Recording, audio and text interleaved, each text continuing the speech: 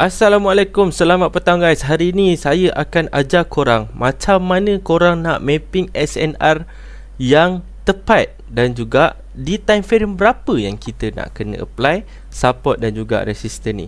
Ok, so hari ni saya akan gunakan pair, goal dan time frame H1 sahaja guys. Ok, dengan time frame H1 sahaja dah cukup solid untuk kita cari support dan juga resistance.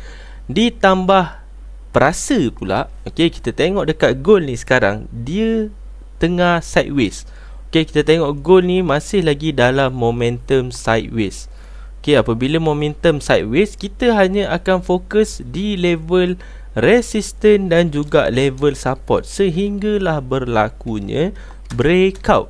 Selagi tiada breakout, selagi itu kita hanya fokus di support dan resistance.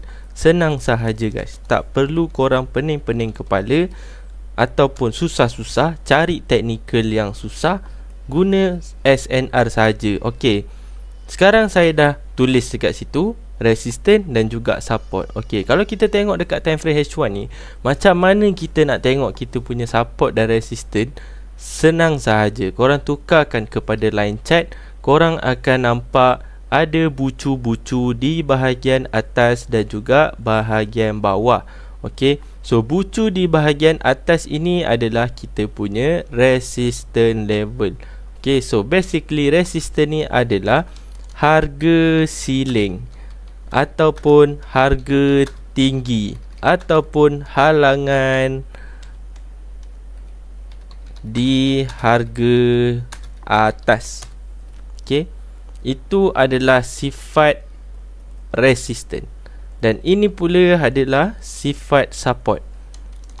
Harga lantai ataupun harga rendah ataupun halangan di bawah. Okey, itu saja. Senang je untuk korang faham. Okay, korang tak perlu nak multiple kat time frame. Boleh juga kalau korang nak multiple time frame. Tetapi sekarang ni kita hanya fokus untuk intraday. Bila kita fokus dekat intraday, cukup kita guna time frame H1, M30 ataupun H4. Dan saya tengok di time frame H1 ni pun kita dah nampak begitu jelas kita punya resistance level dan juga support level. Okay, kalau kita tengok di level support ini dah berlakunya rejection dan di level resistance pun ada juga rejection dan juga rejection lagi. Itu menandakan support dan resistance kedua-dua ini, atas dan bawah ini, cukup valid dan solid.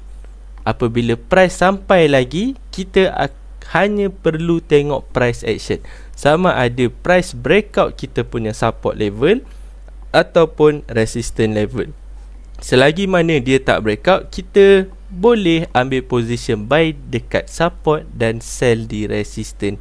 Senang sahaja guys. So korang jangan lupa masuk channel BMC, dapatkan analisis setiap hari dan juga subscribe YouTube BMC untuk video-video education yang akan datang.